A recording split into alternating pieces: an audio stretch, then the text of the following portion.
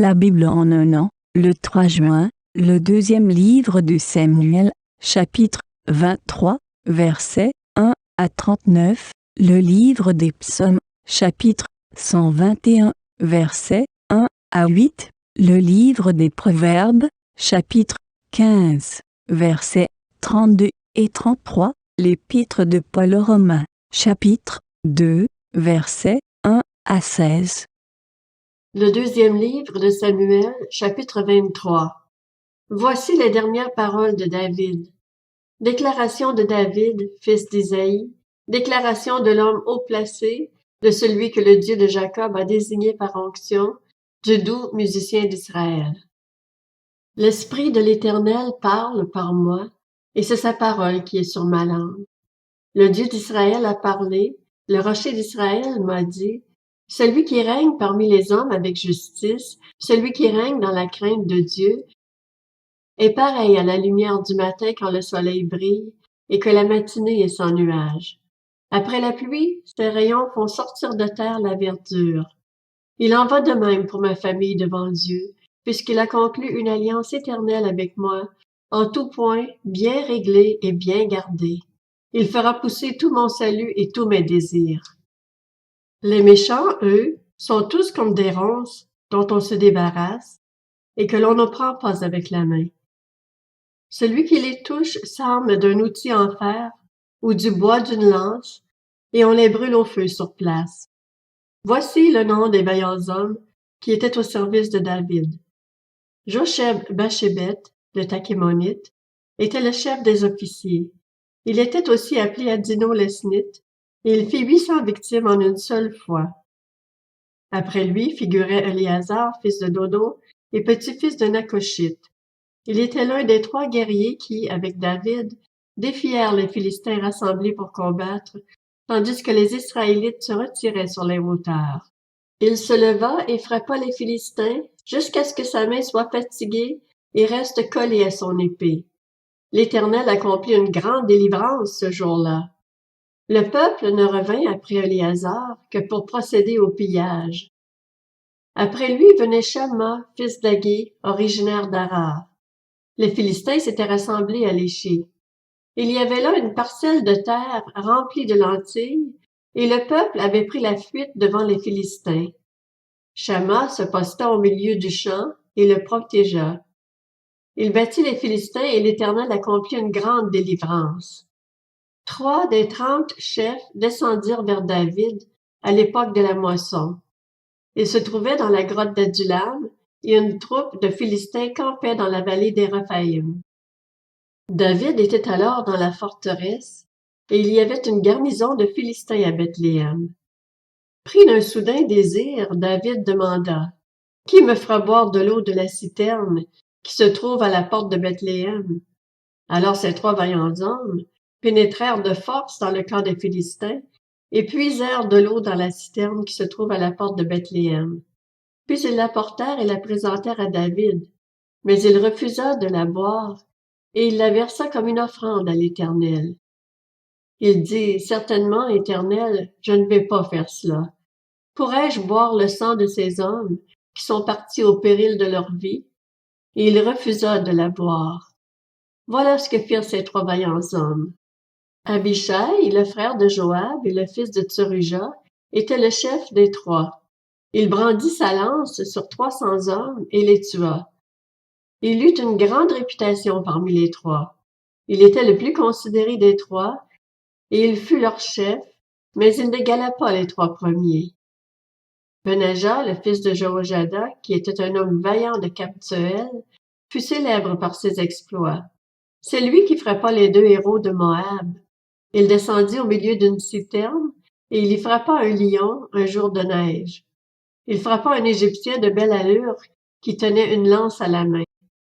Il descendit contre l'Égyptien avec un bâton, arracha la lance de sa main et s'en servit pour le tuer. Voilà ce que fit Benaja, fils de Jehoiada. Il eut une grande réputation parmi les 3 vaillants hommes. Il était le plus considéré des 30, mais il n'égala pas les 3 premiers. David l'admit dans sa garde personnelle. Parmi les 30 figurait aussi Asaël, le frère de Joab. Elkanan, fils de Dodo, originaire de Bethléem, Shama et Elika, tous deux originaires de Harod. Életz, originaire de Pélet, Ira, fils d'Ikesh, originaire de Tekoa, Abiézer, originaire d'Anatoth, Mebunai, originaire de Husha, Salmon, originaire d'Akoak, Maharaï, originaire de Netopha, Éleb, fils de Baana, lui aussi originaire de Netopha, Itaï, fils de Ribaï, originaire de Gibea, la ville des Benjaminites. Benaja, originaire de Piraton, Idaï, originaire de Nakali-Gaash, Abi-Albon, originaire d'Araba, Azmavet, originaire de Barkum, Eliakba, originaire de Shaalbon, Beni Jachen, Jonathan, Shama, originaire d'Arar, Akiam, fils de Sharar, originaire d'Arar, Éliphélet, fils d'Akashbaï, qui descendait de Maacatien, Éliam, le fils d'Akitophel, originaire de Gilo, Etzraï, originaire de Carmel, Paharaï, originaire d'Arab, Jigual, fils de Nathan, originaire de Tsoba, Bani, originaire de Gad, Tsélek, l'Ammonite, Naharaï, originaire de Beéroth, qui était le porteur d'armes de Joab, le fils de Tseruja, Ira et Gareb, originaires de Jéter, Uri le Hittite. En tout, ils étaient 37. Le livre des Psaumes, chapitre 121. Chant des montées. Je lève mes yeux vers les montagnes. D'où me viendra le secours? Le secours me vient de l'Éternel, qui a fait le ciel et la terre. Qu'il ne permette pas à ton pied de trébucher, qu'il ne somnole pas celui qui te garde. Non, il ne somnole pas, il ne dort pas, celui qui garde Israël. L'Éternel est celui qui te garde. L'Éternel est ton ombre protectrice. Il se tient à ta droite. Pendant le jour, le soleil ne te fera pas de mal, ni la lune pendant la nuit. L'Éternel te gardera de tout mal. Il gardera ta vie. L'Éternel gardera ton départ et ton arrivée dès maintenant et pour toujours. Le livre des Proverbes, chapitre 15. Celui qui néglige l'instruction se méprise lui-même. Celui qui écoute un reproche acquiert du bon sens. La crainte de l'Éternel enseigne la sagesse, et l'humilité précède la gloire. L'Épître aux Romains, chapitre 2. Qui que tu sois, homme, toi qui juges, tu es donc inexcusable. En effet, en jugeant les autres, tu te condamnes toi-même, puisque toi qui juges, tu agis comme eux. Nous savons que le jugement de Dieu contre ceux qui agissent ainsi est conforme à la vérité. Et penses-tu, toi qui juges les auteurs de tels actes, et qui les fait aussi, que tu échapperas au jugement de Dieu? Ou méprises-tu les richesses de sa bonté, de sa patience et de sa générosité, en ne reconnaissant pas que la bonté de Dieu te pousse à changer d'attitude? Par ton endurcissement et ton refus de te repentir, tu t'amasses un trésor de colère pour le jour où Dieu révélera sa colère et son juste jugement. Il traitera chacun conformément à ses actes. À ceux qui, par leur persévérance à faire le bien, recherchent l'honneur, la gloire et l'incorruptibilité, il donnera la vie éternelle. Mais il réserve son indignation et sa colère à ceux qui, par esprit de révolte, rejettent la vérité et obéissent à l'injustice.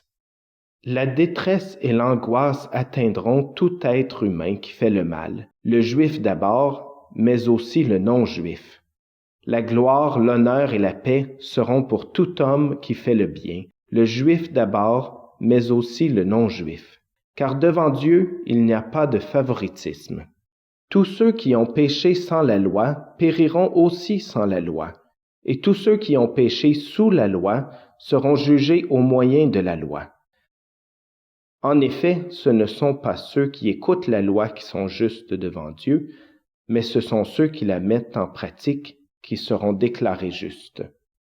Quand des non-juifs qui n'ont pas la loi font naturellement ce que prescrit la loi, ils se tiennent lieu de loi à eux-mêmes, bien qu'ils n'aient pas la loi. Ils montrent que l'œuvre de la loi est écrite dans leur cœur, car leur conscience en rend témoignage et leurs pensées les accusent ou les défendent tour à tour. C'est ce qui paraîtra le jour où, conformément à l'Évangile que je prêche, Dieu jugera par Jésus-Christ le comportement secret des hommes.